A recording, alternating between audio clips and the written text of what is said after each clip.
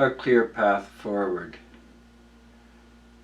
This is a video on separation, separatism, separatist movements. It's targeting specifically provincial movements to separate from the nation of Canada. It's a program that can be utilized by any separatist movement at any level. It's a 100% scalable program, can start at any level. In fact, it's created to begin with 2 or 3 people, and it can coordinate the activities of any number. There's no maximum. So the first problem that separatists face, of course, is coordination.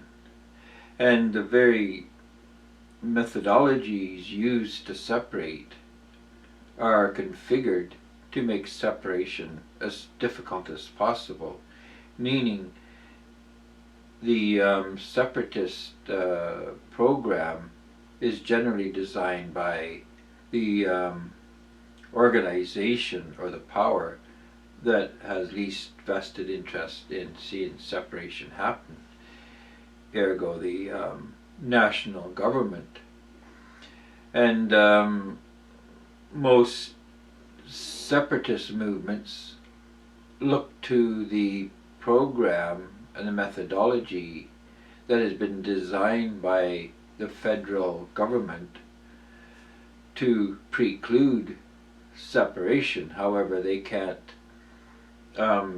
say it's impossible or not legal to ever separate, because that wouldn't be democratic. It wouldn't be consistent with our democratic ideals. However, they're not going to say separation is perfectly acceptable. It's just, you're in or out depending on how you feel at that time. They create something that makes the process as long and arduous and difficult and with as many pitfalls as is possible to create. So because this is a democratic country, the idea is the separatists have to get a sizable majority, not a numerical majority, but a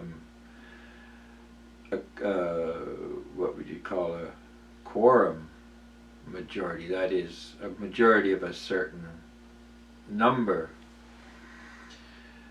And this of course makes separation very difficult, because as fast as what you're gaining adherence, there are people that are dropping off and getting distracted or dying or whatever. I mean, depending how long the process takes. And at any moment, the federal government can come in and pacify a certain amount of these dissidents.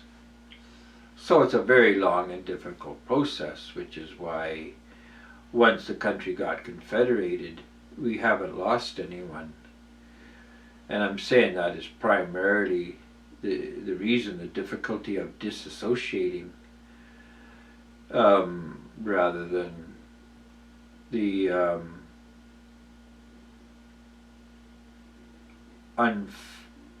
unmitigated joy of being in a federated nation. So let's assume there is a desire for separation, and this is a small kernel of persons.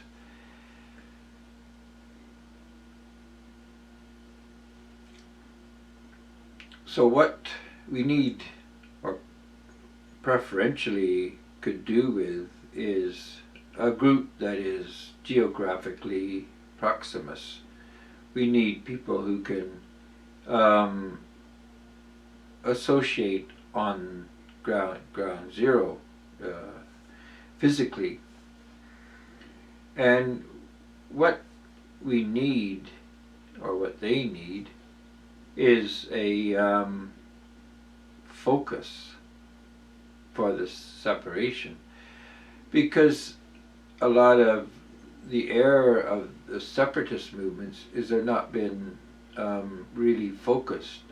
Like, the idea is to separate politically. This is what Quebec has generally tried to achieve, and it's what Alberta and the prairie provinces have been engaged in. But this isn't really necessarily effective, because the problem, like with Quebec separating, is that if they remain dependent on the rest of Canada, it's going to be very difficult. And obviously, total separation isn't feasible. We're geographically proximus, and there's always going to be economic ties. But to try and separate politically while maintaining all of the economic and social interrelations makes things very difficult. And again, we're trying to make the separation process feasible, and this means eliminating as many barriers and hindrances to separation as possible. And let me just say here, the objective of separating from Canada is not to destroy Canada, but to empower the people, to make the country in effect stronger, because it becomes based on a stronger unity, a unity based on a strong foundation. And we can't do this from the top down. If we're going to reconfigure the provinces, even the towns and the villages, and the sectors, and the world itself, we need to start from a strong foundation, and that is the social networks. These are our traditional and ancient social groups, and this is where we need to get back to and rebuild on them. So a social group or a social network is anywhere from 3 to 12, perhaps 20 people on the outside, but let's make 12 the happy medium. And when we get to 12 or past 12, we need to start thinking about splitting the group into 2 or more subgroups, or daughter cells, as the house church movement would call it. So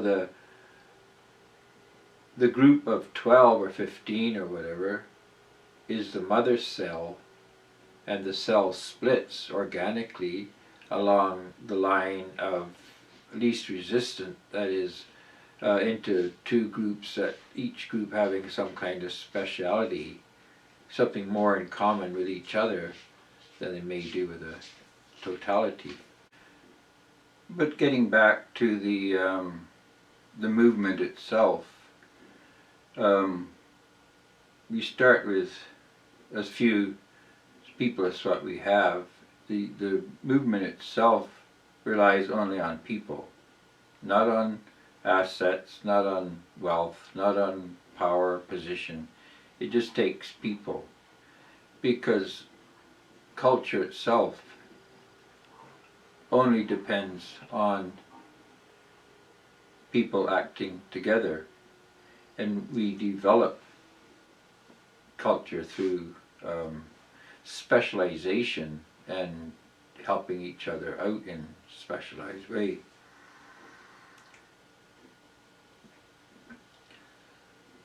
So the separatist movement is based on a focused way of people helping each other out. This makes the separation a compact and focused way.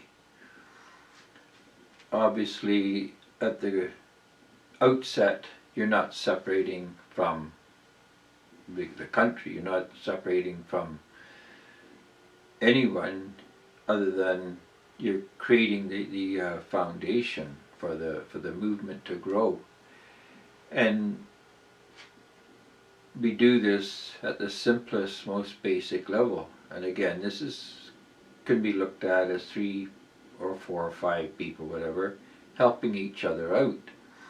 And this needs to be on a targeted basis. So there has to be some kind of common thread running through the group. It could be just as simple as helping with the housework and the yard work. You have 3 neighbors coming around and each helping the other 2 with their work and moving around, helping each other out. This gives us a fair picture of what the basic movement looks like at the start. We're going to give the separatist movement a name. We're going to call it an exchange because it's based on exchanging help. And so we get a small group which is called an exchange with the members helping one another out. Now the key ingredient here is accountability, because every movement falls apart on the basis of freeloading. And if you take nothing else out of this video but 2 words, you'll have achieved a great deal. And those 2 words are freeloading and accountability. Accountability stops freeloading. If you don't stop freeloading, you have no movement. It'll eventually fall apart. So accountability is what people do, people get paid for. We do not look for volunteers. We don't look for free labor. We don't look for the cheapest way of doing things. We're looking to help one another out, and to do this, we are being accountable. Now, accountability has 2 phases or 2 perspectives. One version of accountability is that if I do something that creates cost for others, I pay for it. I pay my own cost, you pay your own cost. This is negative accountability. We're accountable for the cost we create. But there's another accountability that's just as important, and that is, if you do something for me or something for the group, I am accountable for that. I have to see that you get paid. I cannot allow you to work for nothing. I cannot allow you to work for less than the going rate. You deserve your pay.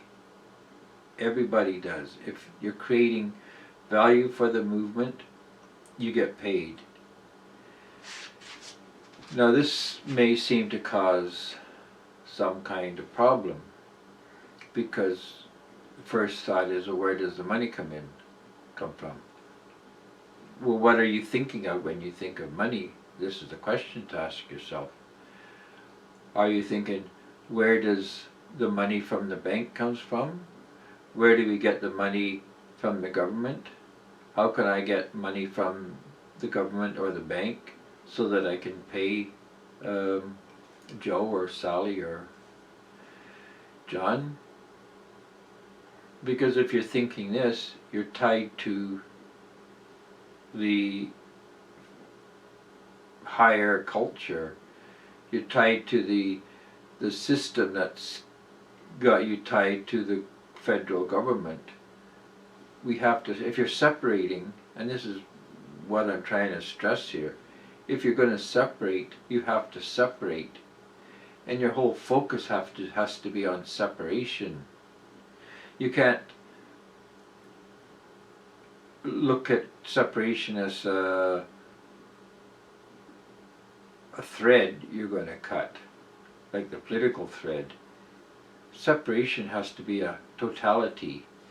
And if you're going to separate from the federal government, you need to separate from the federal institutions, banks, and federally issued currencies. So the trap what you're in is that you're thinking of money as currency. Currency is an asset produced in multiples of itself or in denominations used as a medium of exchange. But it's an asset. It's owned by someone. It's produced by someone. It's a product. So if you're dependent on somebody's product, you're dependent on them. And if you're dependent on them, you're dependent on who they are answerable to, or who they are exist by the courtesy of. And of course this goes back to the federal government. But money itself is nothing more than a way to measure value. Money is no more unique or mysterious than a foot ruler or the odometer on your car. It measures units. And just as rulers measure inches and feet and odometers measure miles or kilometers, money measures values. So a dollar is a unit of value. But you don't have to use dollars to measure a unit of value, because the dollar is an asset, and you can buy dollars, and when you buy dollars it changes their value, because demand, buying, changes the value of the asset or product purchased. So the separatist movement, the exchange, needs to create their own money. And of course all this means is to create a system of accountability, a way to measure value, so that when you do something for me, I can see that you get a certain measure of value. And if we want to create units of value, because units of value are just as arbitrary as units of inches, or units of distance measure, or length measure, or weight measure, we can create units of value called something beside dollars. And the name we're using here is prayers. And the reason that we're using this is because it's a contraction of preferred shares, P-R-A-R-E-S, prayers. And why we're contracting money into a synonym for preferred shares is because the money, the measure of value is based on the equity in the exchange. And let me explain. When we set up the exchange, assets are donated to the exchange. This is called the capitalization phase. And instead of giving these assets, or the exchange capital, a dollar value, we give it a preferred shares value, a prayers value. Prayers can be kept at par, one prayer equaling $1. But it's important to use prayers because we need our own capital. We need to be liquid. And so long as we're tied to the federal system, we're not going to have the liquidity needed to push through the separation movement, the separatist movement.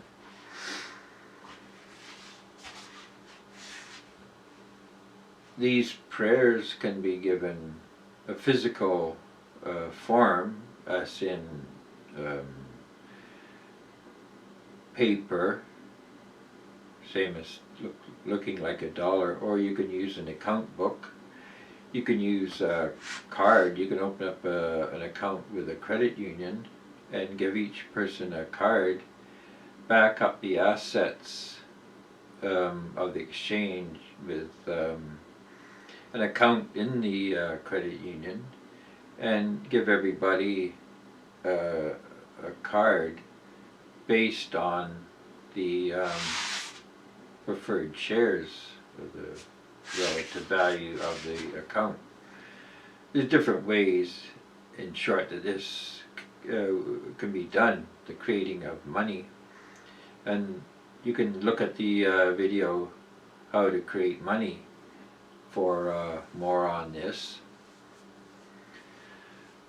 But we create our own currency, our own unit of value, and so when each person does something for the other one, they get paid, and you get paid according to a living wage. So the exchange defines a living wage, and for Canada this could be $15 or $17. The amount isn't important, but it needs to be set, and it should be set at a reasonable level that everybody can adopt to make it universally applicable as the exchange grows. So this is why the $15 to $17 range is suggested, but it's payable in prayers or preferred shares. So when one member does an hour's work, they're paid 15 preferred share units, and it's the exchange that pays them, or it's collectible on the exchange. So if you help me for 2 hours, I pay you 30 preferred shares, but it's payable by the exchange, meaning you can go to any member of the exchange and get value equal to 30 preferred shares or prayers. And the idea now is to get people involved in this association, this movement. And it is a separatist movement, because as this configuration grows, as the exchange expands and develops more goods and services to provide, the goods and services that you're dependent on through the federal system you aren't dependent on anymore. And so it's a de facto separation, because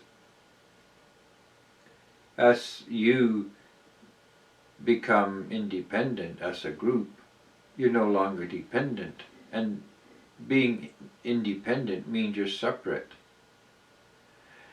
Look at the Mennonites. They're within the country, and they're not separate per se, but they're not dependent in the sense that we are. And the exchange system creates that kind of situation, but it's a bit more sophisticated, but it gives you an idea of what you're aiming for. So the idea is to get something started, anything, and then gradually build on it in an organic fashion. And that's how it grows, and the more more you develop the system, the more separate you become. And the exchange system actually is able to provide what are called social goods. That is highways, educational system, even a justice system, independent of the federal system. It's all organic. It's all done through exchanges of preferred shares. And there are many other videos and the website to expand on this and develop your understanding. But this is just an introduction, and I hope it has been useful to you.